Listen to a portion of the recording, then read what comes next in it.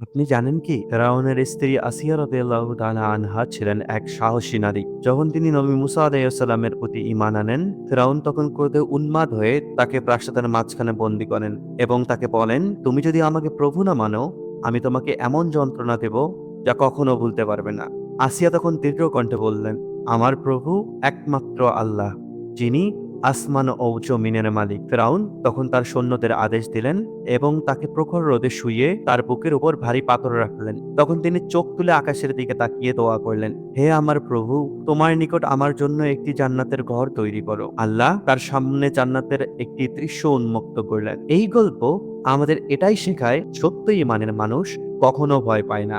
যদি আসিয়া রাদিয়াল্লাহু তাআলা আনহা এর ধৈর্যের কাহিনী আপনার হৃদয় ছুঁয়ে যায়, তাহলে ঠিক তারই মতো ধৈর্যশীল হন। আর অবশ্যই চ্যানেলটিকে সাবস্ক্রাইব করুন, যাতে পরবর্তীতে ইসলামী আরো কিছু গল্প নিয়ে আপনার সামনে হাজির হতে পারি।